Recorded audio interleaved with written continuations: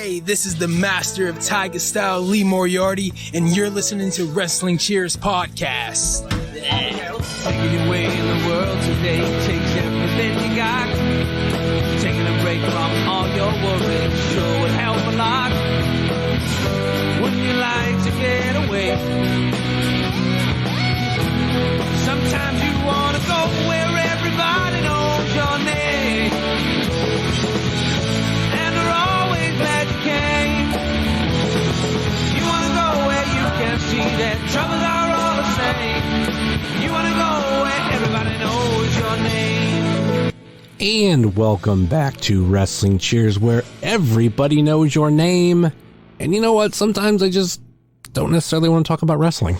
But this is Wrestling Cheers. We like to talk about things going on in Northeast Ohio independent wrestling scene. We preview shows, we review shows, and sometimes we even have interviews along the way. This is another episode where we will not be talking about wrestling. We will be talking about Christmas movies. I'm your host, Justin Summers, and Wrestling Cheers is brought to you by Midwest Territory.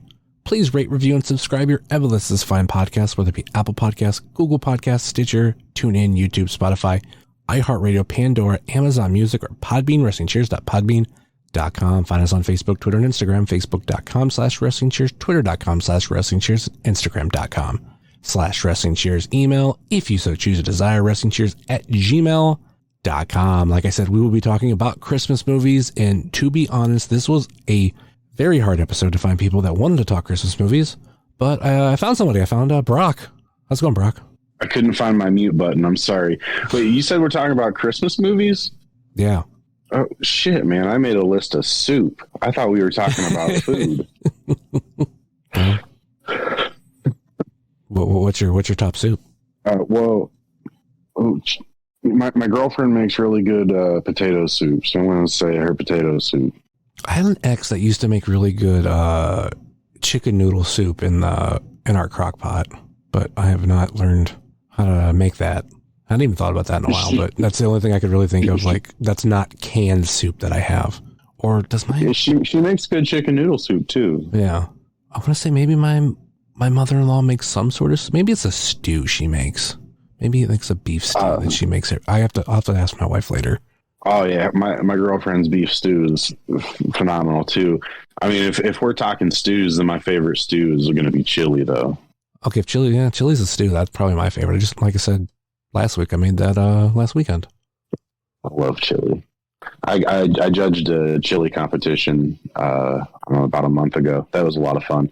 There was some very unique chilies also. Like there was one person they used green beans instead of chili beans. Oh, it was interesting. I've never thought about doing that, but I know I have thought about using baked beans. Okay, well, listen, here's one. If you're going to use green beans instead of chili beans, the one thing that I will tell you is to season the shit out of it, because the beans really take over and kind of cover up a lot of the other flavors. So you got to make sure you season the shit out of it. Okay. I don't know if I'll do that. I mean, that just sounds too weird. Like, I've added... It was. I added corn to chili once, and I thought that was kind of weird, but I don't know, like, in bigger scheme of things, but that doesn't seem that bad, like, especially compared to green beans. Yeah, for sure. I'm not going to lie, I wasn't a huge fan of the green bean chili, but if it would have been seasoned better, I probably would have liked it a little bit more. I have a basic chili recipe that I use that when I first got a crock pot, my ex found online and sent it to me, and it's literally been copied and pasted my phone for over a decade, and I always go back to the same recipe, and it's a really easy fucking recipe. But the thing about me is I almost never make the same chili twice, because I'll use different kind of tomatoes and I'll use different kind of beans. Sometimes I'll use chili beans, sometimes I'll use some kidney beans, sometimes I'll use a mix, sometimes I'll use I think maybe have I used lima beans? I can't remember. But I just like pick two different ones, two different cans, and I pick two different cans of tomatoes. Mm-hmm. So like I won't necessarily make the same chili twice. And sometimes when I think I've said this before, when I brown my meat, I'll put barbecue sauce in it. And then I might put in a little bit more barbecue sauce, like when I'm throwing everything in the crock pot. because I do tend to make like a sweeter chili. And See, I like to have a little bit of spice in mine. Not like, overpowering, but I like to have. I don't like sweet chilies that much. Like I don't think it's like a sweet chili, but like I mean it's. I would definitely say it's on the sweeter side. There's no spice to it, hands down. Like I don't do any like spice like that. Like I do use a regular recipe, like kind of like that I had mentioned. Like the only spices that I add, and I'm saying the difference between spice and spicy. There's spices in it, but it's not spicy. But anyway, like I just used chili powder, cumin, pepper, and there's another one that I'm garlic powder. Like that's it. Yeah, it is a pretty simple recipe. Mm-hmm. See, I have two different chilies that I make. If I'm just making it at home, it's I just use ground beef. But if you get it through Smoking Jay's, I use brisket, and I also smoke my chili. Oh, so, okay. A little bit of extra love that goes into that one. I won a chili contest last year for our Browns backers, and it was the first time that I did this, and I actually did it successfully, I should say. I made my recipe regular calls for just 1 pound of ground beef. Well, I made a double batch, so like obviously every ingredient was doubled. But I used only 1 pound of ground beef and 1 pound of ground sausage, and I mixed. I like sausage and chili. Yeah, like I think like both of them together like added like a really, really good mix. I don't make that one a lot just because like I know I'm gonna need all that meat, and I'm gonna have to have double, and like having like double leftovers and everything. Like this week, I think I had chili for 2 days afterwards, and that was just me eating it. So I don't always need like a week's worth of chili. I mean, so there are times that I'll fucking eat it, because my rule is if I come home hungry, like I don't care what I'm eating. And there's been times like that where it's just like, oh, I'm eating chili again. I'm so hungry, I don't care. Like it just all sounds good. So. Yeah, you can always freeze it if you need to. That's true. I have a apartment-sized refrigerator. Oh yeah, I mean, so like, too. I get it. So like, I don't necessarily have like enough room in there, and I don't have a deep freeze. But I think like, down the road, that'd probably be something I would do, especially if I had the room to do it. Yeah. But that mix is really great. I'm debating whether I'm going to enter the same thing, because at our Kent Browns backers Super Bowl party, we always do a chili cook-off. So like I won last year. It's like, do I really want to enter again? Like if I win, cool. Yeah, man, you got to go defend that title. I don't know. So sometimes it's like if I win, like I might be good for a while. Like I've said before with the AIW's Gauntlet for the Cache and the J-Lit bracket tournament, after I won both of those within the same year, actually like months of each other, I was like, all right, I'm never entering this again. I won back to back. Like I'm done. Fucking done. Going out on top. Yeah, like no one's doing, not only winning one, winning the other one. And that goes by like luck of the draw for Gauntlet for the Cache, and being able to have the luck to predict how the bracket was going to fall. Mm-hmm. So like, yeah, that's really lucky, and I'm never doing them ever again. I've had like people ask me like, oh, are you gonna do a bracket, or oh, are you gonna do Gauntlet for the Cache? I'm like, no, I went back to back, and that was like 2013. No, I'm good. I've proven my point. I've won. No, I'm on top. Actually, because I've only I can't remember if the bracket thing cost money to do, but I think it might have been the first year they did it, if not second, because it was the second J-Lit. But Gauntlet for the Cache, the first one I lost. I got the good old the Chad, and the next year I got Colin when he won as number one. So yeah, I'm good on that shit. Not too bad. Yeah. I don't do any of that stuff.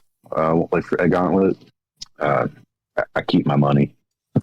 I mean, I do too, especially now after, like I said, being on top. Like even after losing one, I you could say like I'm 50-50, I'm 1-1, but money wise, I went from losing money to getting money. So yeah, I'm good. Yeah. Go out on top. Well, we're not here to talk about food. We're AIW. We are here to talk about Christmas movies, and I will admit it is because number one, I wanted an easier episode to do, because as of this recording, I have next 2 episodes you're going to hear are going to be recorded this week that I'm recording. So there's a lot that's going to go into them. And I didn't necessarily want to try to do some research for an interview. I wanted a nice shoot in the shit one. And I was like, well, Christmas movies are like, we're right in December. This is Christmas movie time. Let's talk about Christmas movies. And so many people I asked, they're just like, I don't really care that much about Christmas movies. And I'm like, motherfucker. Like, can you give me a top list and a worst list? Because that's all I need. Because we can sit there and talk about that. Like, we don't have to necessarily go in like nuances and everything like me and Stacy with horror movies. Right. So that's like, yeah. Like I told you, I'm not really like that big into movies in general. yeah. But I could at least, put together a list for you. And, because like I remember whenever I was a kid in the 90s going to like Blockbuster on Friday night, and like my parents would rent a movie, and I would always go and rent like a wrestling pay-per-view, or I'd rent like a video game or something. So like I'm kind of with young Ed on the whole movies are long, and I just don't want to sit down to watch them. But Christmas time is like the one time of year where I'm like more open to sit down to watch movies. And I've even been at, like I'll come home from work and I'll look at my girlfriend and she's like, hey, you want to watch a Christmas movie? She's kind of, like me, where she doesn't watch a whole lot of movies. And she'll just be like, okay, I guess. All right, we get to watch a Christmas movie. I know with me, especially like when me and my wife got together, even when we moved in together, I should say, like we've had things where we've just watched like a bunch of Christmas movies, and I feel like it's kind of weird. I always put my Christmas movies away throughout the year because like I have no urge to watch Home Alone in July. Come December, that changes. So I have fun getting those movies out, but like we'll sit down and like watch some. And over the past like few years, we've bought a lot. And sometimes it's, oh, I really wanted to see this movie, or, oh, I haven't seen this in a long time, or stuff like that. And sometimes we have themes of like movies we're watching, or movies we're watching for that particular Christmas. And past few years, it's been kind of like, I mean, we have our ones that are like, we always want to watch. Like for me, Jingle All the Way on Christmas Eve, but also movies we've either never seen, we don't remember if we've seen, or like one of us seen it and the other one hasn't. Like for this year, we've watched, I think we're at 4 movies right now. And the first 2, neither of us had ever seen. The third one I had seen when I was little, and I remember not liking it. Spoiler alert, it's going to show up on the worst list. So I'm not naming any names. And the one we just watched tonight, first time I had ever seen it, she had seen it. I liked it. But I don't know how much I'll be revisiting. That's the other thing I think of too. Like with the 4 movies I just mentioned, the first 2 might be, I might try to revisit every year or 2, just depending. I'm not going back to the third one for another like 20 years, 20, 25 years, 30 years, whatever. Like I remembered why I didn't necessarily like them. It wasn't as bad as I kind of remember, but it was still not as enjoyable. And then the one tonight, like I might revisit every like 2 or 3 years. Like it was good enough for at least that. So, and I don't watch too many like new Christmas movies. Pretty much everything that I watch is, I watch because of nostalgia. So I mean, like that's going to be like a lot of my list for like the best ones. I mean, and the one on my worst list also I watch, every year, just because nostalgia and kind of like takes me back and whenever I was a kid. So yeah, I don't watch too much new stuff. I'm willing to watch new stuff, but it's not necessarily, they're not necessarily like brand new.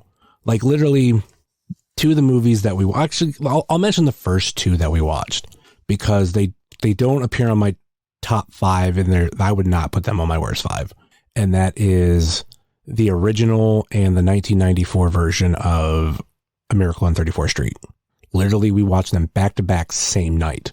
And I kind of wanted to do that because I would be able to have like all the references and everything in my head, like fresh from the first movie.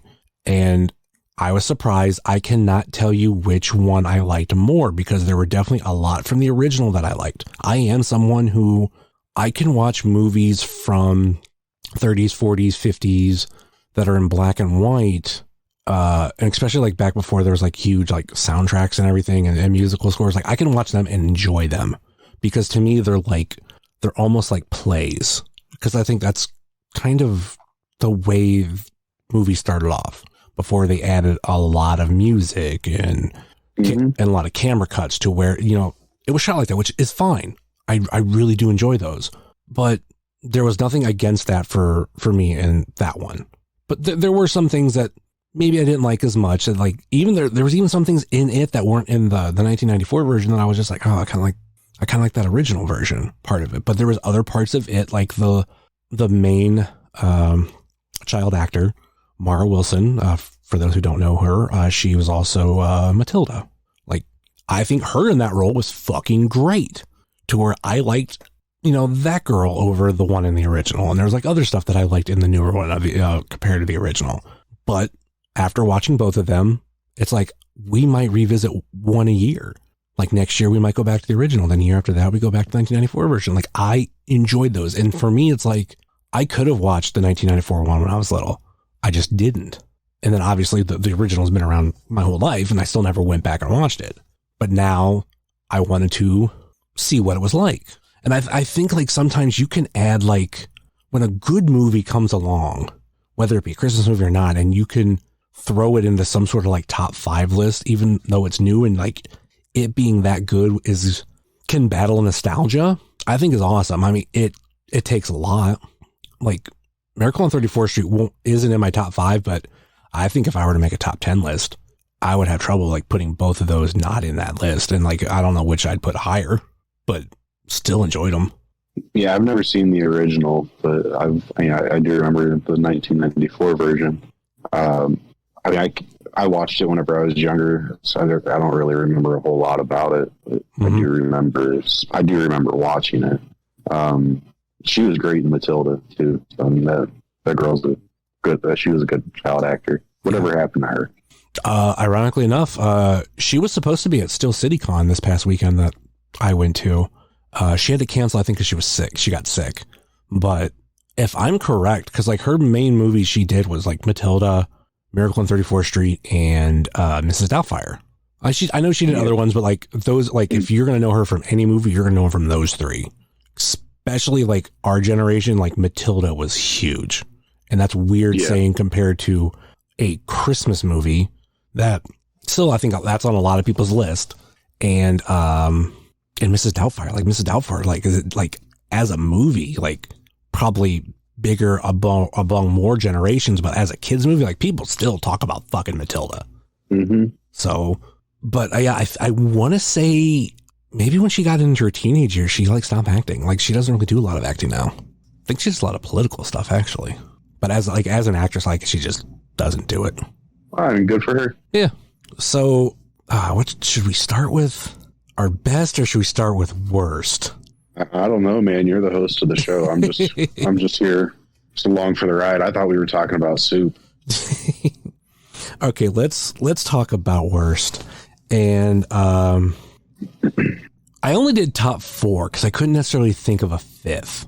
Like I could probably find one, but off the top of my head, there are 4 in particular. One, a lot of people are going to hate that I have it on the list. There's a younger generation that's going to hate that I have another one as my number 1. And I mentioned one from earlier. But for me, like, kind of that's the other thing. Like, people, like, I don't know if I could create a worst list, but it's like, did you ever watch any movie where you're just like, oh my God, that was fucking horrible? Or even to the point, like I mentioned earlier, the one that I had seen where I'm like, yeah, I'm not visiting that for another 30 years. Yeah, I mean, have you ever watched a Hallmark Christmas movie? Those are all terrible. My wife loves them. I'm sorry. I'm happy that it's one of those things like she doesn't like, well, we have to watch, there's this new one, we have to watch it. No, like that's like her, I'm going to sit down and watch this. And like, she knows I'm going to walk away or I'm going to do something else or I'm going to make fun of her. Not like in a mean way. Like I will, like, especially like when you get to that like cookie cutter story of like, oh, like I'm coming from out of town and blah, blah, blah. And I'm heartbroken. It's like, oh, there's that guy. Yep. That's who she's going to wind up with. Yep. Yeah. My girlfriend said the other day that she wants to, or that she thinks she should work in like Hollywood with writers telling them everything's too predictable. She could potentially keep us from having to watch the same Hallmark movies over and over again, just with different actors. Yeah, but there's people out there that love that shit, though. That's the thing. Like, I'll at least say this with Hallmark movies. They're not like the big theatrical movies to where like they're going to be rolled out into a screen and all this. You got to pay for it to watch it and all this kind of stuff. No, they're going to throw it out on your TV and like you can sit on your couch and watch it.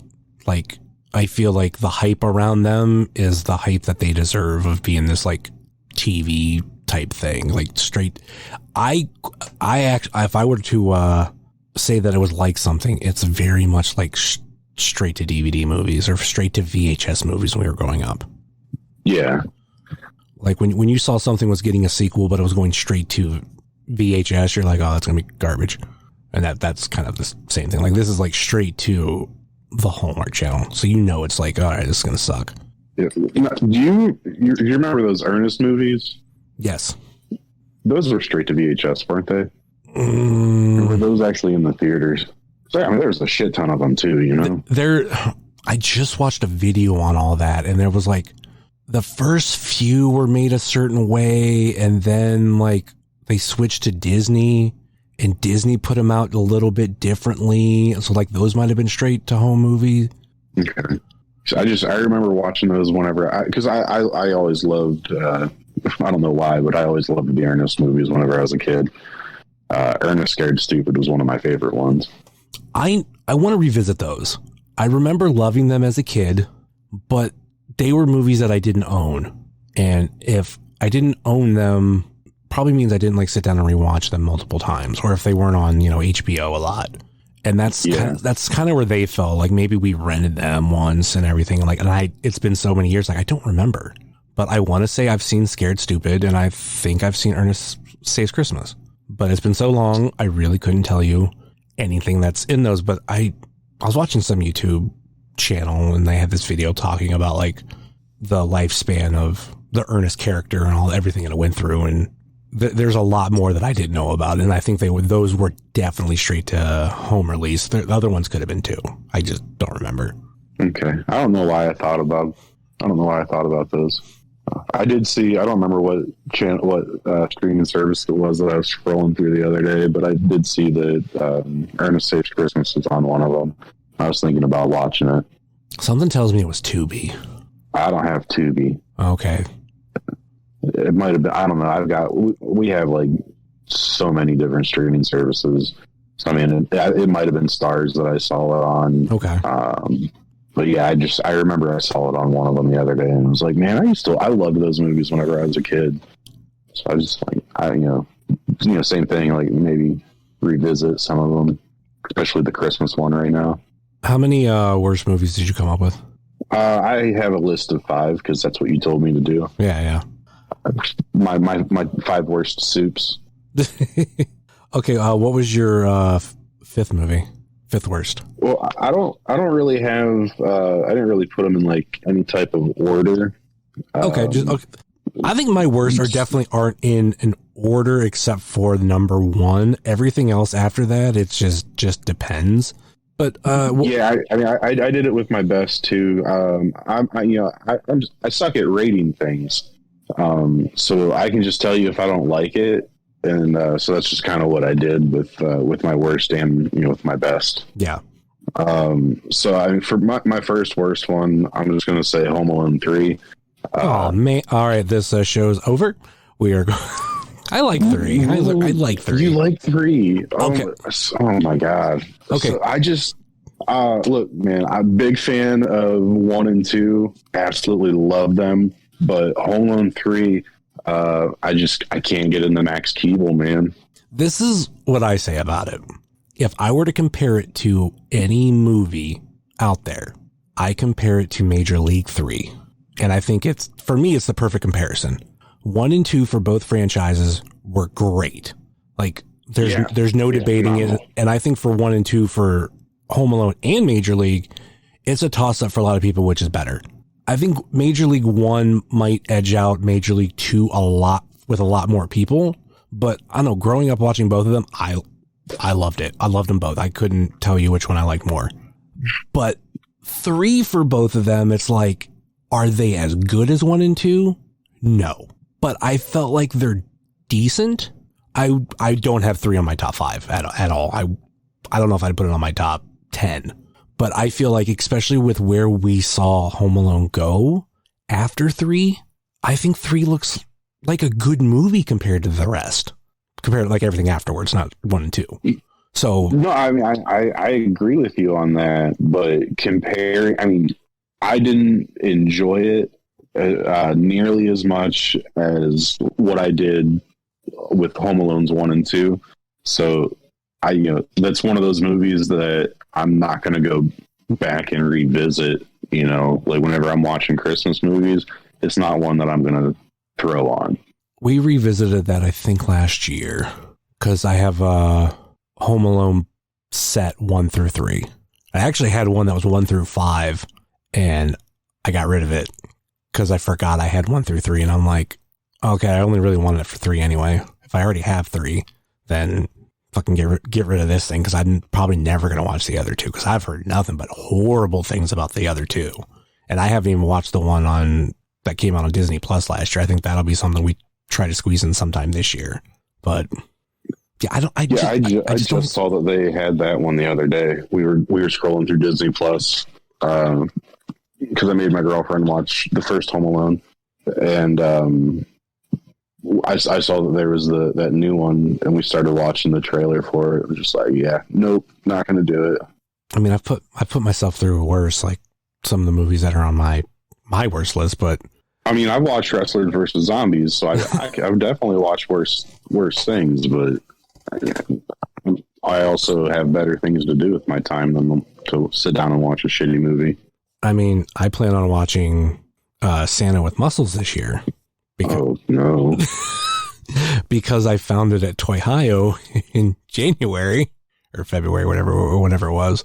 And when I found it, it's just like, oh, we have to watch this because I made my...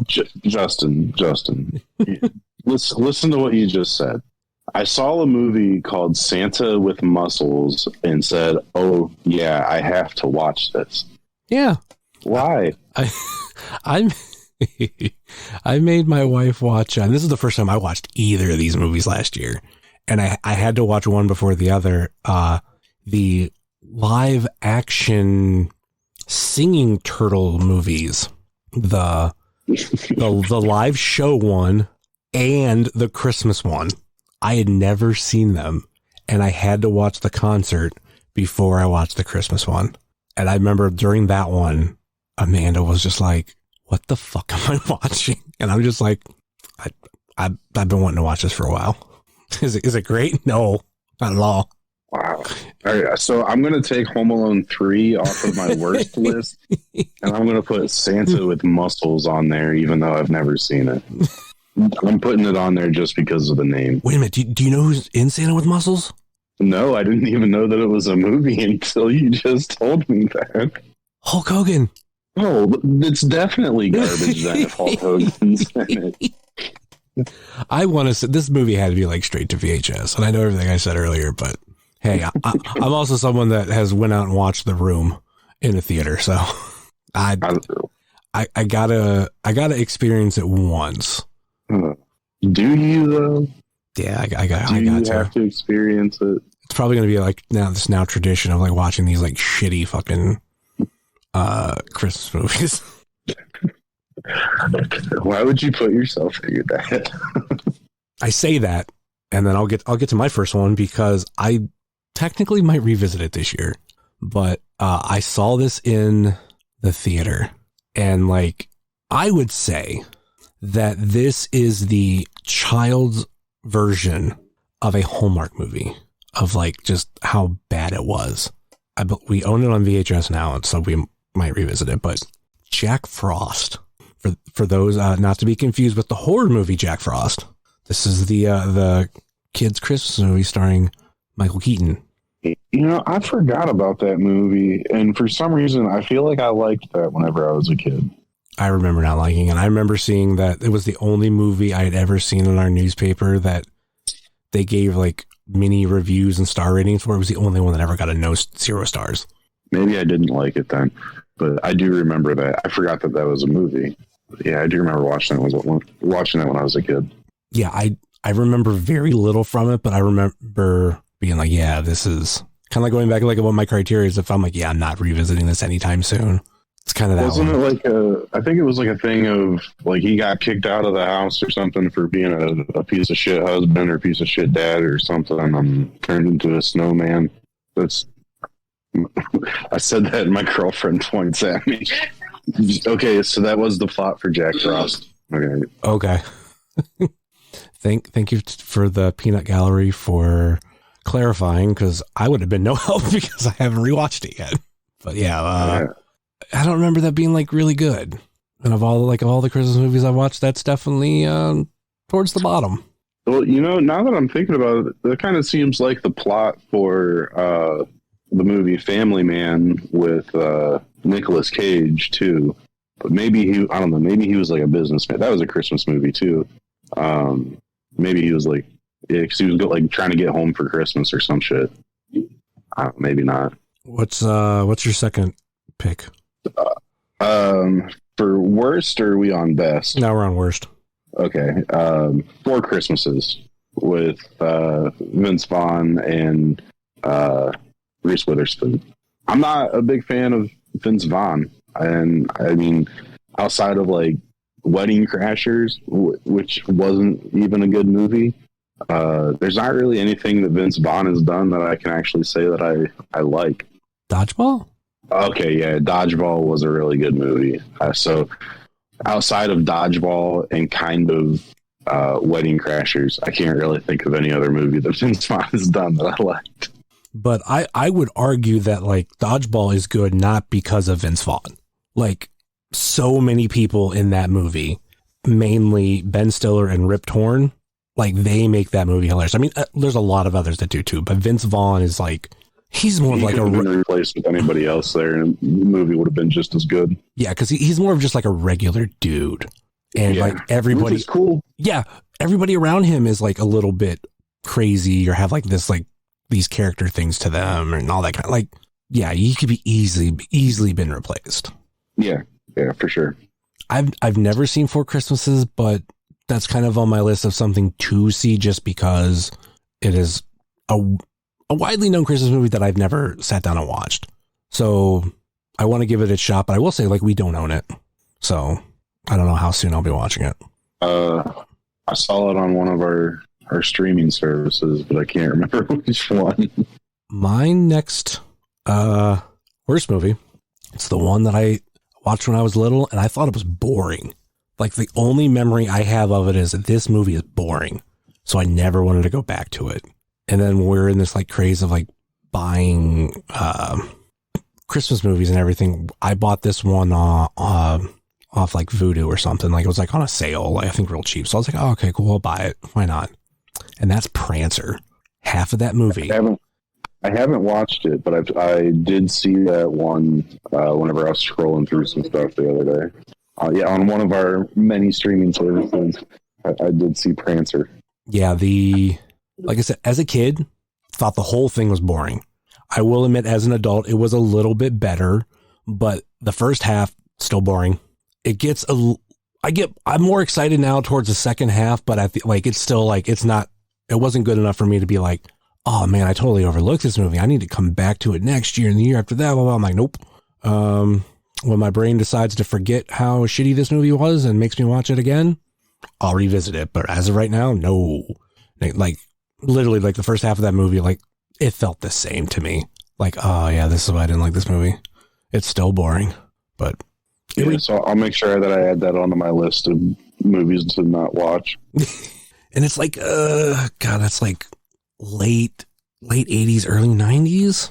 And like one of the only people that I recognize in it, like granted the main dude, not Sam Houston, the dude with the mustache. Isn't Sam Houston Jake the Snake Roberts' brother? Yeah, I'm definitely like screwing up names, but I can try to look through IMDb real quick. Sam Elliott. No, I said Houston. Yeah, Sam Elliott's in it. Like he's the main actor, but there's also a very young Johnny Galecki in it. Okay. So like, I mean, granted, he's only in it for like, he's in it like at the beginning in the scene in a classroom, and then he like shows back up maybe halfway through for a scene, and that's kind of it. But still, like, seeing him throughout the years through like Roseanne or Big Bang Theory, like just seeing his face on TV and like seeing it pop up here, it's like, oh yeah, that's him. So yeah, it's skip it probably. But what's your next one? Well, sticking with the Vince Vaughn category, the best thing that he did was make a bunch of Christmas, or the smartest thing that he did was make a bunch of Christmas movies, because they're just going to get played on TV every year. But Fred Claus was another one that I thought was it's on my worst list. Again, not a fan, man. I think we own it. I think we might watch that this year. It might fall in the next year. I don't know. But I'll say this. The only thing I liked going into Fred Claus without knowing anything is I know Ludacris does the theme song for it, and I've heard it and I like it. Other than that, I got nothing. Yeah, I don't know, man. I can't do Vince Vaughn. I mean, it's understandable. I'm not a huge fan of Tom Cruise, and people think I'm crazy for it. Same. No, I'm right there with you with Tom Cruise. I'm not a big fan of him. Top Gun and like this new Top Gun movie, both of those were good. Like I didn't like him in any of the Mission Impossibles or really anything that I've ever seen him do. He just, I don't know. I feel like he has a very punchable face, and I just like whenever I see his face, like I just want to punch it, and so I just don't watch anything that he does. I've seen Top Gun once. I have no urge to watch the sequel, even though people are like, "Oh, it's great," blah blah blah. I'm like, yeah, I got no attachment to it. And granted, like when he did the Scientology shit, that like made me not like him even more. But I'll always say, even before that, there was never like this thing of like he comes out with a movie and it's like, oh, I gotta go see it. Tom Cruise is in. Like he never did anything for me. So like, yeah, I mean, every movie that he does, they're all the same. Like he plays this like the same person in every single movie. I feel the only time he was in a movie that I liked without like some like weird cameo that we didn't know, like Austin Powers Goldmember, but I think he might have been advertised for, or maybe not. So you might be a weird cameo, but Tropic Thunder, but that's like a different type of movie. Yeah. I don't like Tom Cruise at all. Tom Cruise and Vince Vaughn, they're both on my shit list. My number 2 is going to ruffle some feathers. Your number 2. Number 2. Said you only, that's right. Yeah, I only have 4. You said you only had 4. Yeah, so my worst number 2 is A Christmas Vacation. All right, show's over. For me, this was actually said on At Odds this week, but I've actually said it before too. I don't even think. I mean, there's people out there that say like it's the best vacation movie. I don't even know if it. I mean, people say it's the best Christmas movie, and I'm like, I don't know if it's the best vacation movie. I put the original number 1, like that's like so iconic. I put Vegas Vacation number 2, and I honestly have to revisit European Vacation because I remember liking it when I was younger, but I haven't watched it in so long. Like I want to give it a fair shot of like, am I just remembering it wrong or whatever, to eventually like, I might think it's worse than fucking Christmas Vacation, but I don't know what it is about the movie. Maybe it's because like I don't have nostalgia for it. I didn't watch it all the way through. I think it was probably like 2017, whenever like first Christmas me and Amanda had. That's what, 2016. But I feel like I didn't watch it until I was an adult, but yeah, no, I mean, that's a great movie. I don't know what it is. Like it just doesn't do anything for me. I'd rather watch when it comes to vacation movies. I'd rather watch the original, or like I fucking love Vegas Vacation. But yeah, that's gonna get me heat with some people because like I know like there's a lot of people that love that movie. And granted, there are some great lines like you know Merry Christmas, shitter's full, whatever. Like there are some like good lines that I could be like, yeah, that's fun. But like as a movie, like I'm just not a fan. Okay. I mean, everybody is entitled to their own opinion. So please remember that. That's true. In a little bit. That's 100% fine. As long as you don't say my number one on your top list, which I don't think you will. I think a younger generation is going to hate that I have my number one, but proceed. We'll see. What's your next one? Christmas with the Cranks. Seen this coming. I know we have that. We almost watched that tonight. That was like on the list of possible movies. But yeah, there's a lot of movies like Christmas movies from the 2000s that I was never interested in. So trying to sit down and watch them is going to be interesting. And like, we actually just watched one of them tonight and I thought it was good. And I even said like, we'll probably revisit every so once in a while. And that's The Holiday. I thought that was actually like a really cute Christmas movie. It's more of a rom-com, maybe just a more straight up chick flick, but still like there was shit that I actually like really enjoyed about that movie. But it doesn't make my top 5 or top 10. Yeah, I don't know. The whole there's definitely some funny parts in it. But the movie as a whole just wasn't for me. All right, I'll let you reveal your number one first. Okay, so remember whenever I said everybody's entitled to their own opinion? Yeah. This is one of the movies that I do watch every year at Christmas time, but the movie as a whole is not very good, mostly because the Governor is not a good actor. Oh, and show's over. Show's fucking over. I'm sorry, Justin, but I gotta put Jingle All the Way in my worst movies category. Nah, that I don't know. Did you not grow up like being a Power Rangers fan? No, I wasn't allowed to watch it. Oh, okay. To me, like the hype around Power Rangers, it like echoes in that movie. But obviously they can't use Power Rangers, so it's like I enjoy it for that. A lot of fucking one-liners that I thoroughly enjoy. Like that's definitely showing up on my list of like top. I loved that movie as a kid, but the movie as a whole is just not very good, and like Sinbad is like the only good thing, in that movie. Well, him and the Giant. Giant's in it. Vern Troyer's in it. Phil Hartman. Fucking Phil I just watched it again like a week ago. Like I said, man, I watch that movie every year for Christmas, but it's just not a good movie. All right. I know we're going to talk about this more. Oh yeah, we're going to talk about this more and how great it is. But my number one, which I hope this isn't on your top list, or I'm going to lose a lot of respect for you. The worst Christmas movie I've ever watched. Like, it was one of those, like, I remember watching it about 10-ish years ago, and I kind of thought it was boring. So again, recently I was like, maybe I'll like it. Maybe, I'll watch it again. Watch it again. Oh shit, nothing's fucking changed. And that is Polar Express. That movie. No, it's not on my list anywhere. Oh, that movie. Oh, it is so boring. Stick to the book version. That is only a handful of pages. Don't watch the movie. The movie's horrible. But there is a younger generation out there that loves that movie. Can I tell you why I hate the Polar Express? Is Vince Vaughn in it? Is he? I don't know. I was just like, is he? I'm pretty sure it's Tom Hanks. Well, I don't know if like he had like a different part. Like it's great. Like I know in Polar Express, Tom Hanks plays like a bunch of characters, but I didn't know if like Vince Vaughn happened to have like a part in it. And you're just like, yeah, fuck him. I hate that movie too. No, I hate the Polar Express because I worked at a hotel and I managed a hotel not too far away from where they do the Polar Express like train ride thing for kids. Yeah.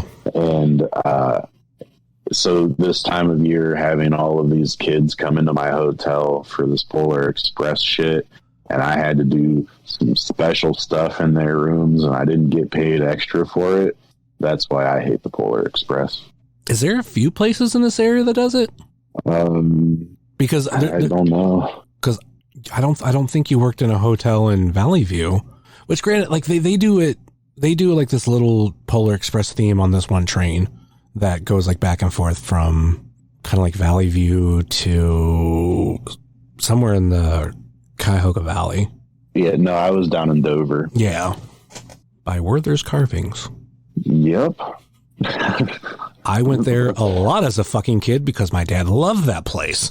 Dude, that place is awesome. Like, I don't know. I mean, for people that don't know what Werther's is, he carved a bunch of really cool shit out of wood. Like, they take like a piece of wood and put a bunch of notches in it and turn a piece of wood into some pliers. And there's this one like real cool thing. It was like this old like mill that he worked at, and it's like he carved like all these figurines and shit, and a bunch of them move. Like, stuff's wild. But like the thing that he's most known for is like all of his train carvings. The one that I remember the most is Lincoln's funeral car. Yeah, that one was really good. It's very detailed too. Like, I mean, down to having the body being transported in one of the train cars. Yeah, like, it's insane. His son has a it's David Werther's carving. That one is out in like the Sugar Creek area, and he does ships up there. So the original Werther's did trains, and then David does the ships. Both places are awesome if you're ever going to go spend some time out in Amish country. I've never been to the ships one, but I remember as a kid seeing like a little brochure for it, and I was just like, oh, that's cool. And then I think my dad was like, yeah, that's his son, but I knew that they were like, he did ships too. But yeah, my parents had a thing for, they loved taking their friends or maybe family out of town. They the two places they would hit up were both down there. Number one, Werther's Carvings. Number two, a place that is no longer around, and I can't tell you how many times I've been there or was there, was a restaurant called Alpine Alpha, which was the home of the world's largest cuckoo clock. That cuckoo clock now sits in Sugar Creek, and I did visit it in 2020. And yeah, it was kind of like almost everything that I really remember of. There were some things that were like different, and like they kind of bugged me, but I was just like, it's been like so many years, but like I cannot tell you how many times we've been there. And I was always curious of like, cause back then, like I didn't remember where things were. Like I didn't have a map to look at. And like with as many turns as you do to get from Portage County to that part of Sugar Creek, that's not even technically Sugar Creek. I forget the exact town, but to get in that direction, like I didn't know what it was. But I do know that building, when I finally recognized the building when I drove past it, it's now a church. But I seen it one day, and like I have that memory click. Like, yep, that's the building right there. Yeah, they're doing a lot of upgrading and stuff out there right now too. But there's a lot of really cool shops and stuff that you can go into, and there's a bunch of real nice stuff out that way.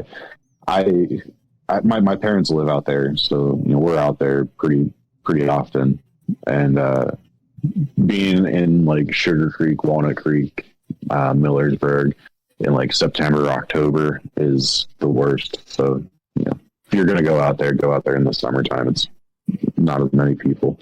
Yeah, I think when I went to go visit the cuckoo clock, it was like May. Yeah, it's a good time to go. And it was 2020 during the pandemic, so there's a lot less people. I mean, there were people around, but it wasn't nearly as many. And then if I'm going down to Dover, I'm going to Shoney's. Yeah. I can't go to Shoney's. Every single time I eat there, we'll just say it doesn't agree with my stomach. All right, let's get into our favorite movies. What do you got for number 5? Can I say Jingle All the Way?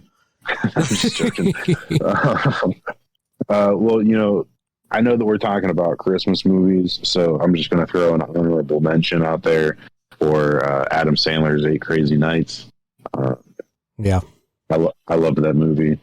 But on my best list, we're just going to go with the nice classic, It's a Wonderful Life. I don't know if that would be in my top 10 or not. That was a movie that I saw a handful of times as a kid, and like we bought it and watched it a handful of years ago. I think it's still definitely a good movie. I just don't have the attachment for it, but I I might revisit that again soon because that's, I mean, when it comes to like Christmas movies before the 80s, like that's like the most iconic. In between that, that Miracle on 34th Street. Yeah, I remember the first time I watched It's a Wonderful Life was in my 6th grade English class. It was like, the week before Christmas vacation. Teachers weren't really doing much. Everybody was just trying to, relax, get ready for the holiday. And, every single day we'd walk into English class and we would watch a little bit of It's a Wonderful Life. And then, I've watched it as I've gotten older as well. And it's definitely one of those movies that I feel like it still holds up. Okay, remember earlier when I said I watched 4 Christmas movies this year? I'm wrong. Yeah. It was 5 because the last movie we watched, I think it was before this week, before the holiday. Yeah, it was. It's a classic Christmas movie, but I feel like not enough of that movie felt like Christmas to me. Granted, like the end scene is around Christmas, the beginning scenes is Christmas, but I feel like they spend a lot of that time focusing on a lot of Christmas things to where like the biggest Christmas thing about it is the title. And I bring that up right now because I would put it up there kind of with It's a Wonderful Life because it's an older movie, and that's White Christmas. I like Bing Crosby. This was like the first time I've ever sat down and like watched a movie of his. So like I really enjoyed him. I didn't mind like the musical aspects of it, but with a title like White Christmas, I expected like way more out of it. And like the first song they sing is, or maybe it's actually the second song is White Christmas. So rest of it, there's so much of it that just doesn't feel like a Christmas movie to me. But when the title is White Christmas and you have that song early in the movie, maybe I just had too high of expectations, and then also starring Bing Crosby. Yeah. But yeah, I feel like it would be an insult to put it as my worst. I think I might have contemplated putting it in my worst, but I could see myself revisiting that one. Actually, watching that movie made me go out and buy the Bing Crosby Christmas album because I'd seen it at Walmart a bunch. And I think after I watched the movie, I downloaded it and I was like, I'll go buy it too. So just picked it up today, actually. Yeah. Bing Crosby's great. Yeah. My number 5, almost all of mine have an element of nostalgic, probably except for my number 4, because I don't think I watched that till I was an adult. But my number 5 is The Santa Claus. I remember watching it in the movie theater with my aunt, who has since passed away. I can't remember watching many movies with her at the movie theater, but I remember this being one of them. And it was also with 2 of my cousins. And like, I know like Tim Allen is, I don't want to say problematic, but could be a little nuts in certain aspects, but this, I do really enjoy this movie. I've since, because actually I thought I had watched the second one, but turns out I never did. But we watched those a couple years ago, 2 and 3. I thought 2 was actually like fairly good too. 3's okay. I would never put 3 on the list, but I don't even know if I'd put 2 on the list. Like there's a lot of like better movies out there, but starting off with this and everything that they did, like for the like Santa Claus lore, like was awesome. And the only thing that it fucked me up with, because of this movie, I spelt Santa Claus wrong forever. Like it was a handful of years ago that I realized there's no E at the end of the actual Santa Claus. Like that was the part of like, oh, it's the Santa Claus. That's why there's a difference. Like, and I felt so fucked. Like I was in my 20s when I figured it out. I might have been like 30. And I was like, oh, son of a bitch. I've been spelling it wrong and no one's ever corrected me on it. Yeah. Oh, well. No, I absolutely love that movie also. That is one of my girlfriend's favorite movies, the Christmas movies also. So we still have to watch it. But I grew up loving Tim Allen because like my dad was a huge fan of Home Improvement. Same. And like we would, sit together as a family and watch that show. And if like my dad, he worked in a factory and he was on swing shifts. So like if he was working in the afternoons, then my mom would always record it for him. But like we'd still like watch it as a family, and then like he would come home from work and throw the tape in and watch it. And I grew up loving Tim Allen. So Santa Claus is definitely. I didn't actually put it on my list but it is one of my favorite movies. One of my favorite Christmas movies. Which number 5? My number 4. Or 4, yeah. Well, we already talked about it on your other list, but Christmas Vacation. Why do you like that piece of shit so much? I don't know, man. It's just I didn't watch it whenever I was a kid. I didn't watch it until I was a little bit older. I don't know, just like how fucked up everything was and how fucked up everybody was, just kind of made me enjoy the movie. A lot of great one-liners, and just a dad that is trying to make the perfect Christmas for his family, and the way that everything kind of gets fucked up for him, just that it makes me laugh. But if there's a father who's trying to create a great Christmas for his son, all of a sudden that's like a bad movie. Is it? Because Jingle All the Way? So at least, in Christmas Vacation, the dad didn't forget to go buy his kid the present that he wanted. He was a very busy businessman. Yeah, I know. You're my favorite customer. Number 1 customer.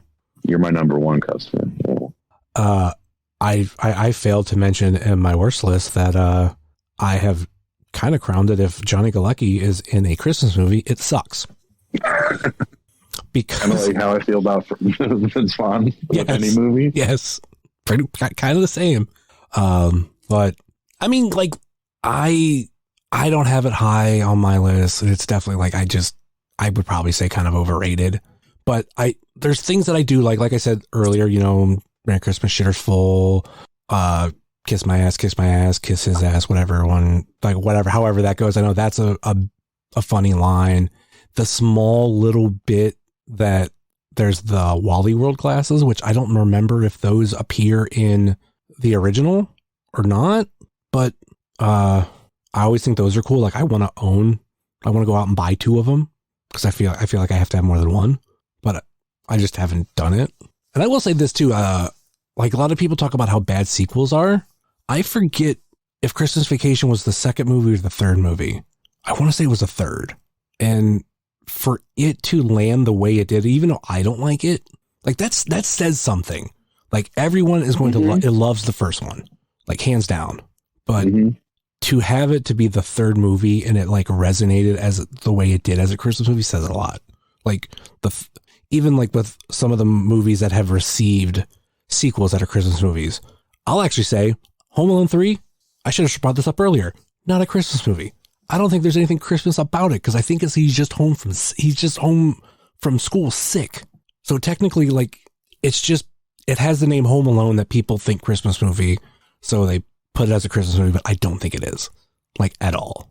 Now you got me wondering. Because I don't think there's anything Christmas about it. There's definitely this thing that we talk about in the Fave 5 of I Always Die Hard, a Christmas movie. And that part's debatable, but I think no matter which version you use, I think the only reason people think Home Alone 3 is a Christmas movie is because Home Alone's on it. I think it might be around Christmas time, but I don't know if there's any Christmas decorations. I couldn't tell you if there's a tree in someone's house or anything like that. It's just winter and the kid's home from school sick. So if he's home from school, he's not on winter break. So there's that aspect. But anyway, the whole point is Home Alone 3, definitely worse than the first 2. Definitely. Santa Claus 3, definitely worse than the first 2. So here you have one that's in this trilogy that if I would compare it to the only other series that I can think of off the top of my head that did this, where they had 2 regular movies and then the third one was a Christmas movie, which probably would make my top 10, is Friday After Next. Because I love the Friday series, and I'm a weird person. I think 2 is better than 1, but I think for a Christmas, what it did for a Christmas movie is decent, but it's still you can't compare it to the Vacation. I forgot that Friday After Next was a Christmas movie. It is one of the. Okay, I talk about how I put all my Christmas movies away. because it's in the trilogy it's in, it stays out all year. But ironically, I actually might switch it up this year. What you would think I would have in the horror section, I have with my Christmas movies. Like I do have all the Black Christmases. Those all stay with the Christmas movies. But I keep a box set, which is only 2 movies, but of Gremlins in with the Christmas movies. So actually we might sit down and watch that this year. For me, I don't classify Gremlins necessarily a Christmas movie, but it's only because like that and Die Hard, I had to be told later on, like, oh yeah, there's Christmas in those. I'm like, oh, even I didn't really watch them as a kid, but like I never thought Christmas. I thought like action movie and horror movie. But yeah, that's splitting hairs. Like obviously I'm the person that a few years in a row put Gremlins with Christmas movies and didn't do anything about it. But I think this year I'm going to put it with the other ones because I want to, especially when I want to sit down and watch 2. Ironically enough, also with Hulk Hogan. My fourth one is A Christmas Story. This is the only one that I don't have any nostalgia for because I did not watch this until I want to say I might have been 16 or 17. So I was like older, but there's a lot that I enjoy about this movie. The fact that also like it was shot, part of it was shot close by. I've been to the house a few times, been to that museum a couple times. I've grown over the years to like really enjoy it. But my caveat with this, even though I own multiple copies of it, I prefer to have it on TV during Christmas. Like if you're up earlier and there's no game on or anything, like have that on instead. And you don't have to be sitting watching it. Like if it's just on in the background, I love it. Yeah, I agree. I have a lot of nostalgia for A Christmas Story. That's, I was one of those people that on Christmas Eve turned TBS on and did not turn TBS off and had, 24 hours of A Christmas Story playing the whole entire time. One of my old teachers is actually in the movie. At the very beginning, she is one of the Salvation Army trumpeters. So she showed that in class. I don't have that on my list, but that is one of the movies that I have a lot of nostalgia for. Did you watch the new one? Not yet. I don't have Paramount Plus, but I think when we want to sit down and watch it, we're going to do like a just whatever free trial it is and then probably cancel. So we can just flat out watch it for free. I've heard mixed reviews, but I want to sit down and watch it. I think I'm going to like it. I won't say anything to spoil it, but I enjoyed it a lot. And I feel like it stayed very true to, the original as well. The funny thing that I've heard people talk about, they're like, oh, can't believe they made a sequel for A Christmas Story. I'm like, oh, you're forgetting about the other 2. Yeah. Because there's A Christmas Story 2 and there's also a Summer Story or something like that. So it's like they made 2 fucking sequels for that thing, not with any of the original cast. But This is the first like true sequel because, as far as I'm correct, they brought everybody back that they could. Yeah. Yeah. It's a lot of the original cast. Mm-hmm. Yeah. I enjoyed it a lot. Highly recommend watching it. Especially if you're a fan of the original Christmas Story. All right. What's your number 4? Elf. I have always been. Well, I don't want to say I've always been because a lot of the stuff that he's done lately I don't like. But I always loved Will Ferrell. So whenever Elf came out, I still was in the part of my life where I loved Will Ferrell. There's a lot of nostalgia with that movie for me. It's one of them that I watch every time around every year around Christmas. That's another one I watched about 10 years ago or so. I remember not connecting with it, and then we rewatched it, and I still didn't necessarily connect with it, but there's still stuff that I do enjoy. Like, it's not on my worst list, it's not on my best list. And I think too, like the cast, like even outside of Will Ferrell, you have, James Caan, Bob Newhart, Ed Asner. Like, that's 3 fucking vets right there that really like help the story. I think early Zooey Deschanel is great. Like, I think she's amazing in that movie. Yeah, I agree. An early piece of Kyle Gass. I will say that does pop me now.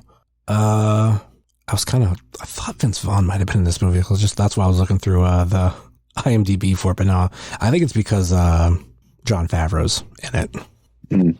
So that what makes me think Vince Vaughn's, but yeah, I guess Vince Vaughn's on it. Yeah, I don't mind Elf. I think we might rewatch that this year. I also say, like, it has a lot of, like, funny parts. The fact that there's parts of that movie that are a parody of the claymation movies of, like, the Rudolph and everything. Yeah. Like, I do love that. It's a way that, like, they're making fun of the movies, but they're also just, like, paying homage to them. And the Elf is like kind of like a modern classic. Yeah, to where, like, in 20 years, people are going to be talking about, like, they're going to look at it similar to, like, Home Alone or Christmas Vacation. Mm-hmm. But, like, we grew up around that. And so it's like, it feels weird that, like, oh, that's not one that I sat and, I watched as a kid countless times. No, that was one that I saw as an adult or close to it the first time when it came out.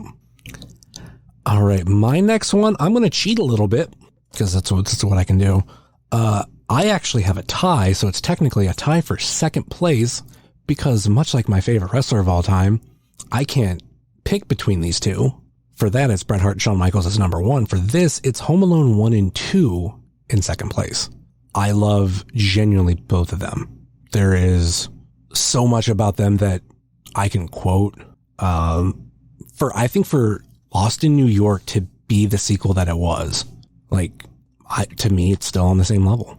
To the point of, I can't remember I know what I did with it. I was actually trying to figure out, like, what the fuck did I do with my Talkboy? I put it in with my stereo stuff, and right now I have my Kiss collection in front of it, so I can't see it. But, it as a kid, it made me want a Talkboy. And then to a point of, as an adult, I still went out and, like, I wanted another one. So, like, I love, like, a lot of that stuff for 2, and there's other stuff that I like about 2, and the same thing with 1, and I could watch them both every year. Like, I think for the first few years that we were together, we'd watch, I think the first year we watched Home Alone 1, the next year we watched Home Alone 2. And then last year, the year before, we watched both of them. So we might do that again this year. I'm not 100% sure, but hands down, like, I think those are both great. And yeah, they've been a repeat for many years. I'm trying to remember if we did it last year. I don't think we did, but we might rewatch them this year on VHS because that is something that I like to do. If I can sit down and, like, rewatch an old movie, especially if I've already seen it, like, on VHS, adds a little bit of nostalgia to it. And I think it's fun. Home Alone for me, I would honestly probably have to tie them as well.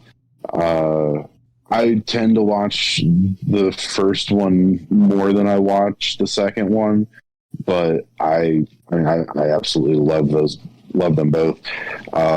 My girlfriend, when I was asking her, like, what her favorite Christmas movies were, and I told her that, one of mine was Home Alone, and she told me how much she hated the movie, and, because the whole thing of, like, what kind of parent leaves their kid and goes to another country.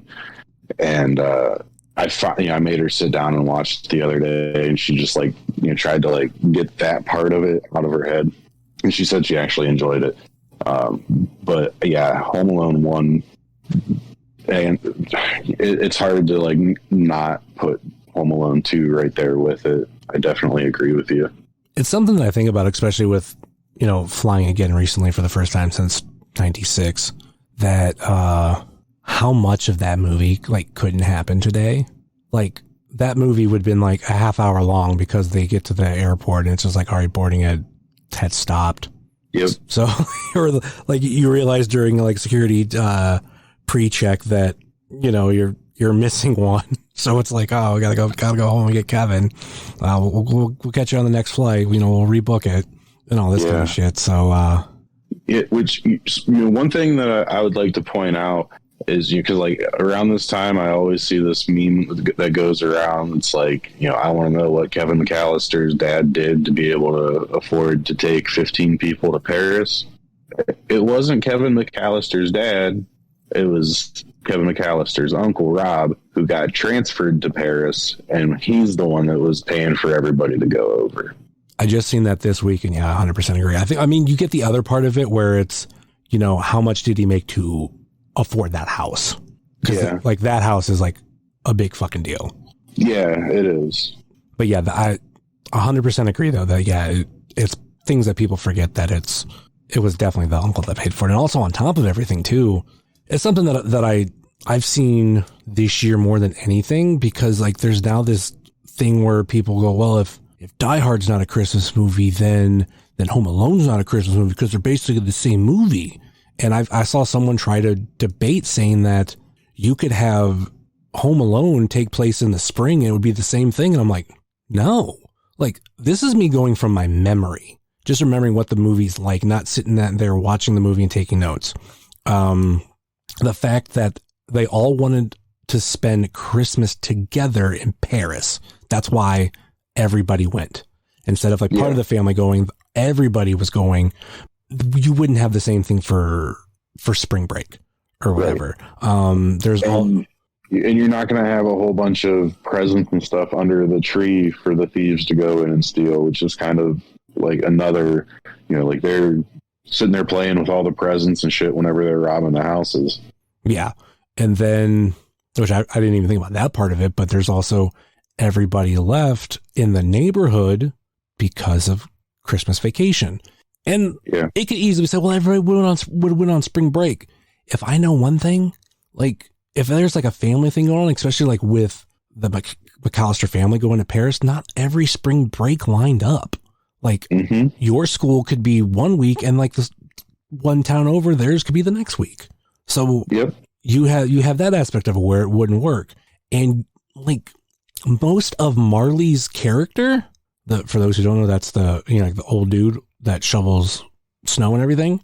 His storyline wouldn't make sense outside of he shovels snow, but there's also like, the time that him and Kevin are around like whenever Kevin like finally talks to him is at a rehearsal for a Christmas Eve pageant or a church service type thing.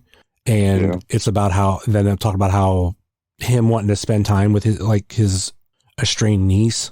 With a strange son, but like also because of his niece, but they finally get around each other on Christmas Day. So it's like, no, I can understand like people are just mad because people say that about Die Hard, but like, no, like even not coming from it as like, I don't think Die Hard's a Christmas movie, but I'm like, hey, I always say, hey, if you want it to be, that's fine. But if you look a lot of stuff with Home Alone, you can't say that. You cannot say that like Home Alone is not a Christmas movie. And there is an article that I didn't even attempt to read. It was an opinion piece of someone saying that Home Alone's not a Christmas movie. Now it's people are trying to say like, well, no, it just takes place at Christmas. But there doesn't have any Christmas themes. And I'm like, the whole movie's the Christmas theme.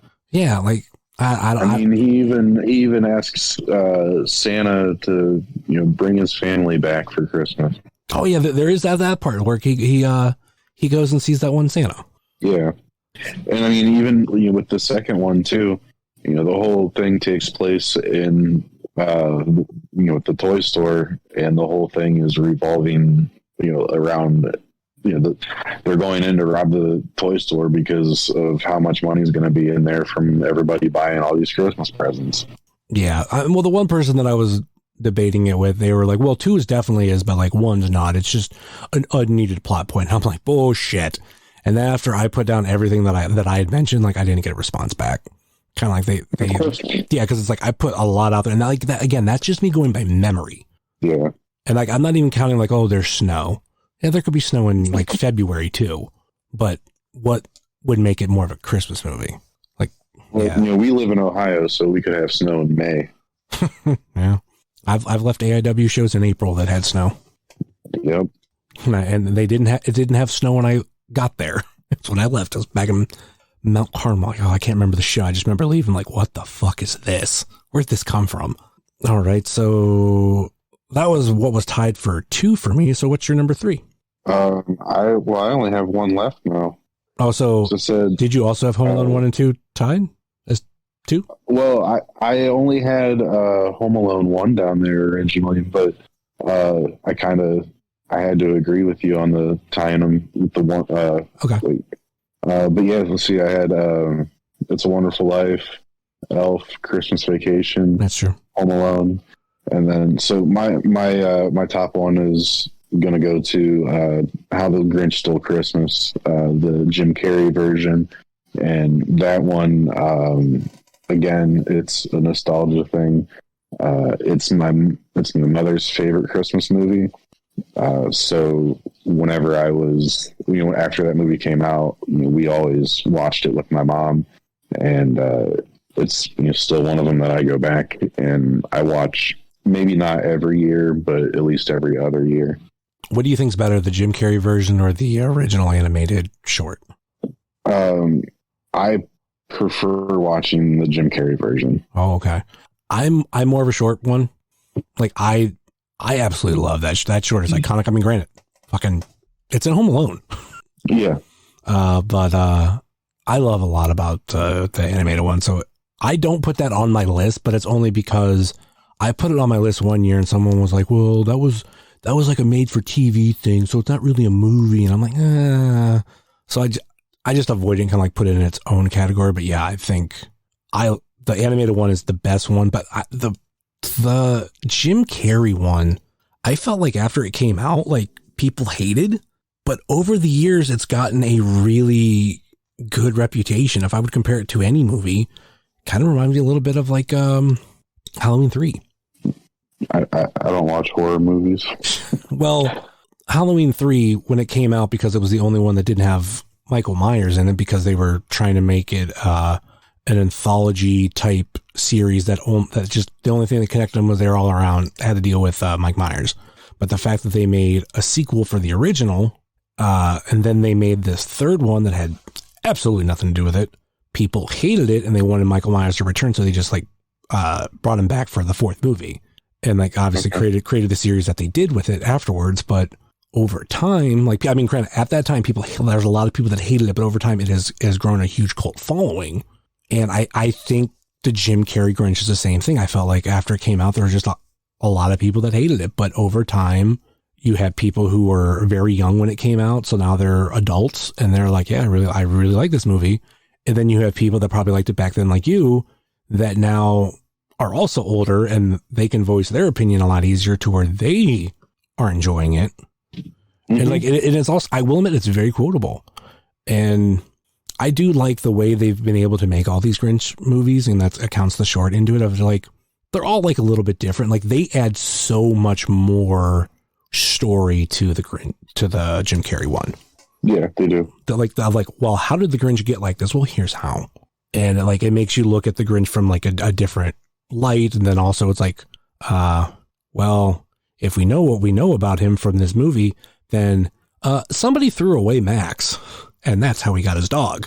Mm-hmm. And then there's the which I found the first part of this out today, but I knew the second half, like I had known for a while, that I guess when this movie was made, whenever, like in 1998, when Dr. Seuss's widow was like open to hearing pitches to studios of like a live action version of the Grinch, one of her stipulations was there couldn't be any adult humor. That part I didn't know.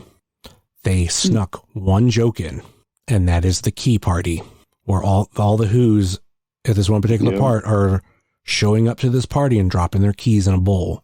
As a kid, that means nothing to you. To many adults, that means nothing to you. But if you get the reference, you get the fucking reference, and they threw an adult joke in there that went over a lot of people's head at the time. And I think that's pretty fucking hilarious. So the Who's were swingers. Yeah, or at least the Who's that showed up were swingers to that party. It's not like everybody in town was, but there's some swinging Who's. You know what? I don't know that I've ever caught that. I saw that online like a handful of years ago, and then we rewatched it past year or two.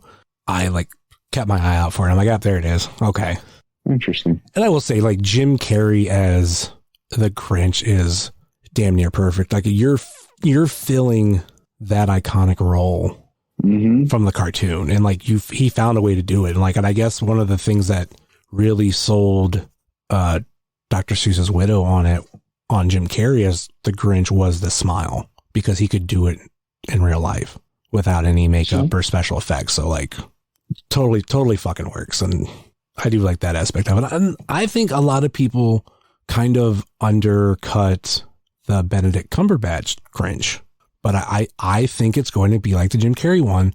The kids that have been sitting there watching it, you know, the past few years since it's been out watching it at home and everything, when they get in their 20s, that's going to be their iconic Grinch. Like they'll probably know the Jim Carrey Grinch and they'll probably like it, but they're going to be like, oh, you know, I grew up watching this one and I really like it. Because I remember that it fell in that thing when that movie came out, a lot of people just bitched about it. Oh, I can't believe they fucking remade it, blah, blah, blah. And I'm like, yeah, people hated Jim Carrey too. And that one's like wildly over. Yeah. All right, so I guess I got to get to my number one. I guess it's not going to be a huge surprise to anybody, but my number one Christmas movie is, I'm trying to think of a fake Christmas movie I could say. Deck the Halls. A Merry Friggin' Christmas. The one that I probably would say that would make the most sense, but I'm blanking on the name of it, so I have to like scroll through some stuff. Scrooged. Not a fan. The Man Who Invented Christmas. Fuck, how long was it ago that I tweeted that out? Fuck. That's what I'm going through. I could find it in my pictures, but it would take too fucking long. Oh, my number one pick is Angels with Filthy Souls. Yes. For those of you who don't know, that is the movie that Kevin's watching in Home Alone. And I have a, quote, VHS copy of it. It's just a box art and a bullshit VHS tape, which it has all the markings for it, but there's, I think I've mentioned before, there's a ton of fucking Easter eggs on the cassette tape itself. Yeah. But that's a good piece to have. Yeah. My number one is Jingle All the Way.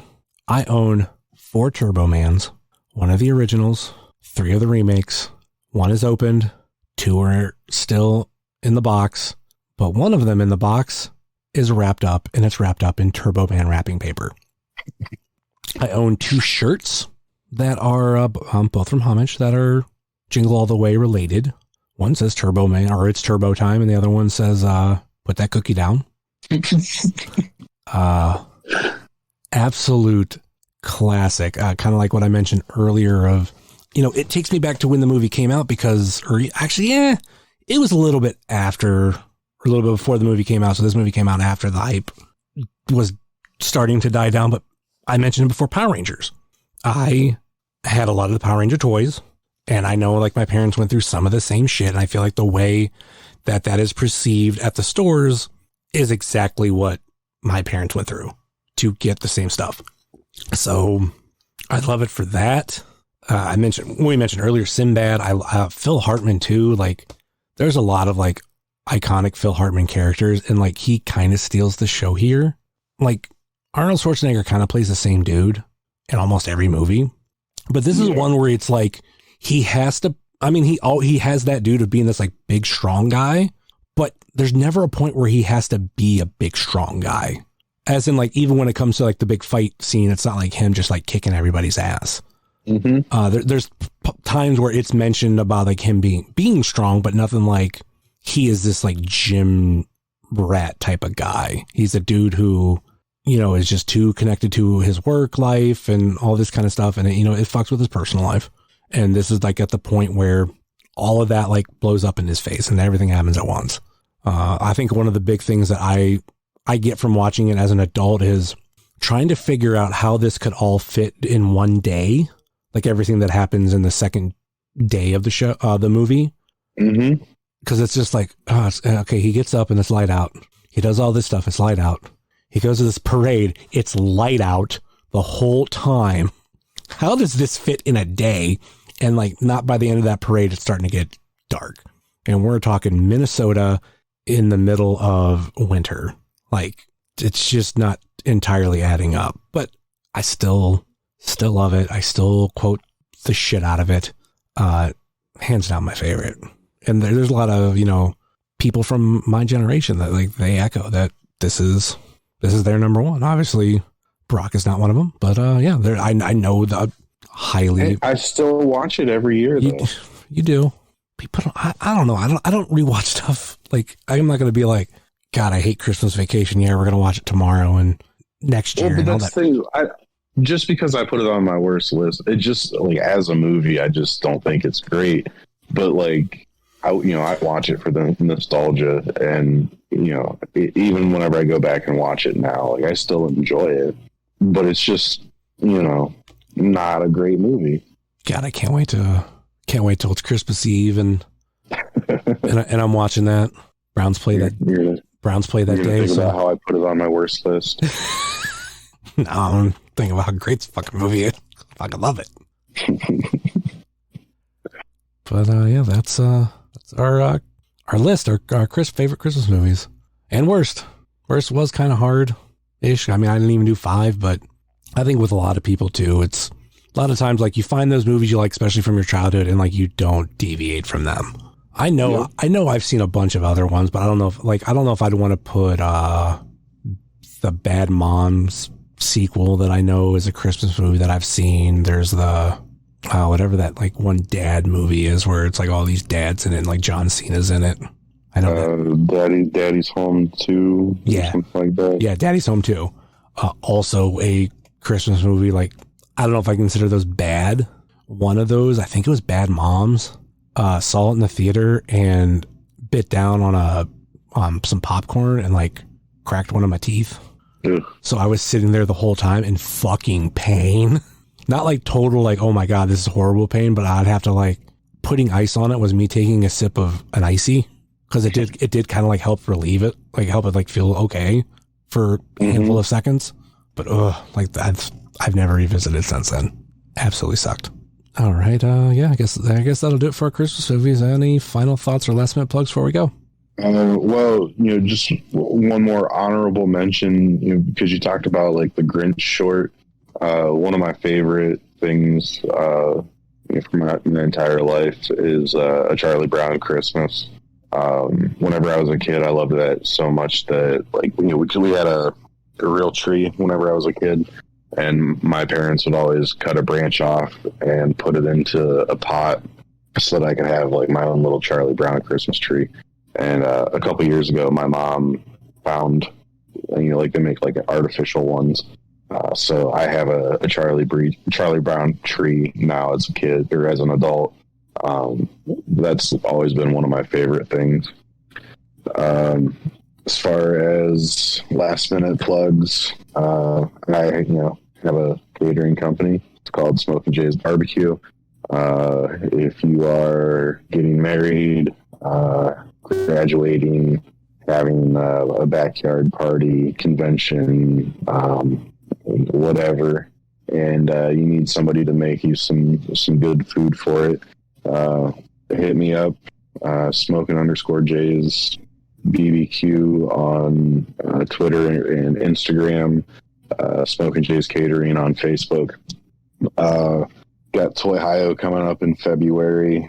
But I'm kind of, I was telling you before we started recording, I'm kind of thinking about a lot of different things. And if I can't get some stuff on the books for 2023, 2024, 2023 might be the last year that I do this for a little while. So, maybe forever, maybe for a couple of years, we'll see.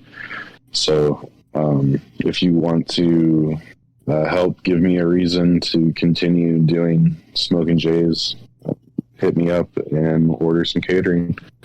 Other than that, I don't think I have anything else. Thanks for having me on again, man. I appreciate it.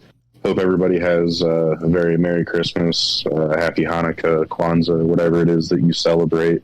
I hope that you enjoy it and get to spend some time with people that you love. Before I close out with all my plugs and everything, but I think I have A Charlie Brown Christmas on my, I have to revisit. I don't think I've seen it since I was a kid, and I have very little memory of it. I think I'm going to like it because, Charlie Brown is just a hands down a classic. But I do want to pick up that album on vinyl, the Charlie Brown Christmas album. Because I know that's another classic.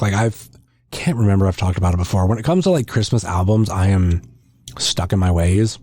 I grew up with a Billboard top 10 Christmas album. There might be I think there might be 10 tracks on it, but it's the whole idea was they made 2 of them, and one was up to a certain point and the other one was after that all the way up to quote present day, and it ends with the last song on it that's the most recent is Grandma Got Ran Over by a Reindeer.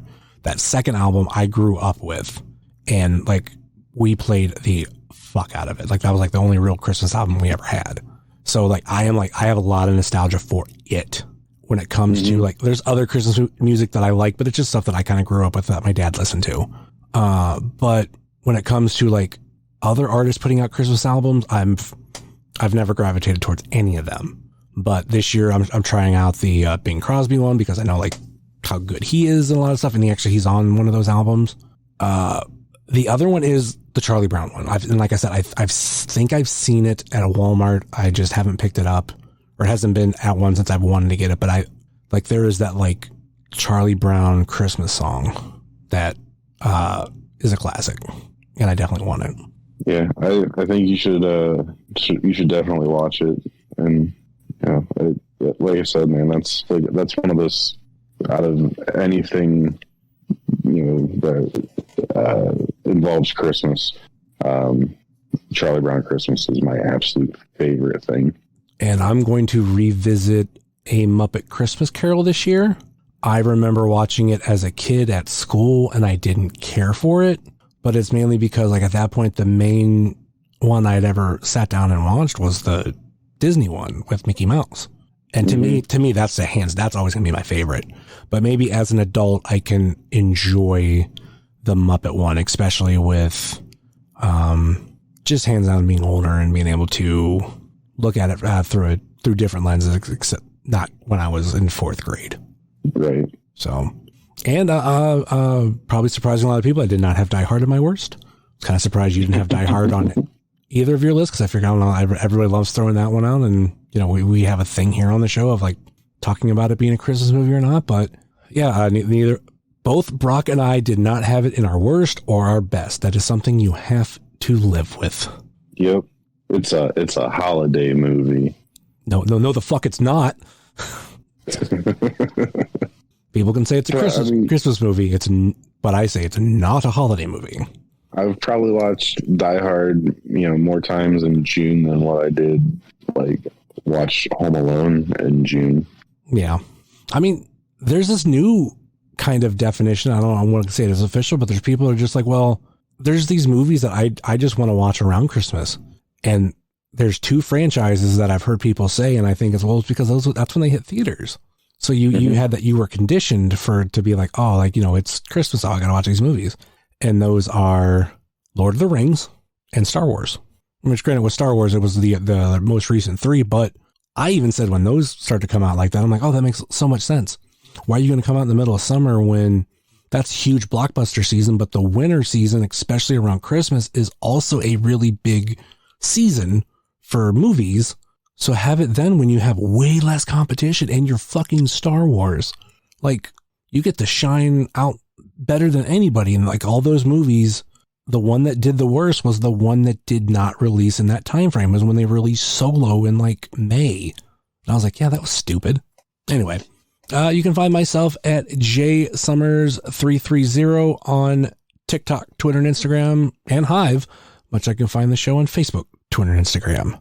Facebook.com/WrestlingCheers, Twitter.com/WrestlingCheers, and Instagram.com/WrestlingCheers. Email, if you so choose, desire, WrestlingCheers@gmail.com. Like I said earlier in the show, please rate, review, and subscribe your Everlist's Fine podcast, whether it be Apple Podcasts, Google Podcasts, Stitcher, TuneIn, YouTube, Spotify, iHeartRadio, Pandora, Amazon Music, or Podbean, WrestlingCheers.podbean.com. And all of those links are in the show notes and under the link tree link.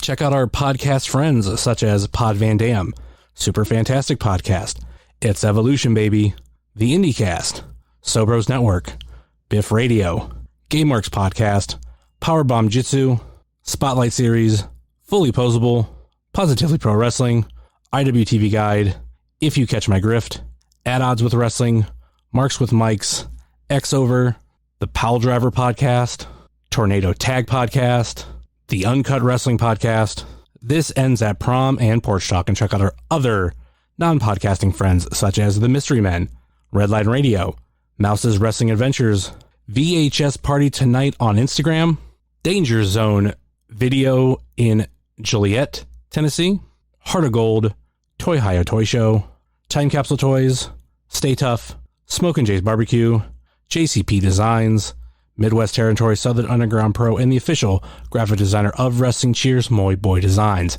That will do it for us here on Wrestling Cheers, where everybody knows your name. And remember, you're my number one customer. Later.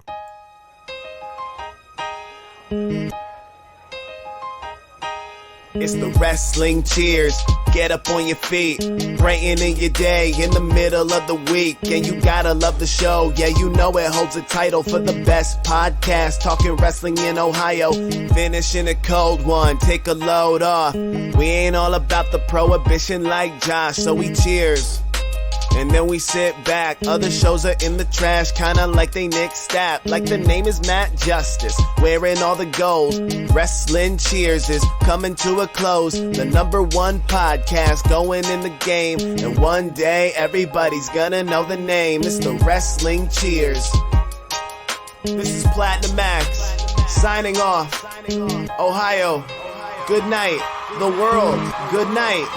We love you. We'll see you next week.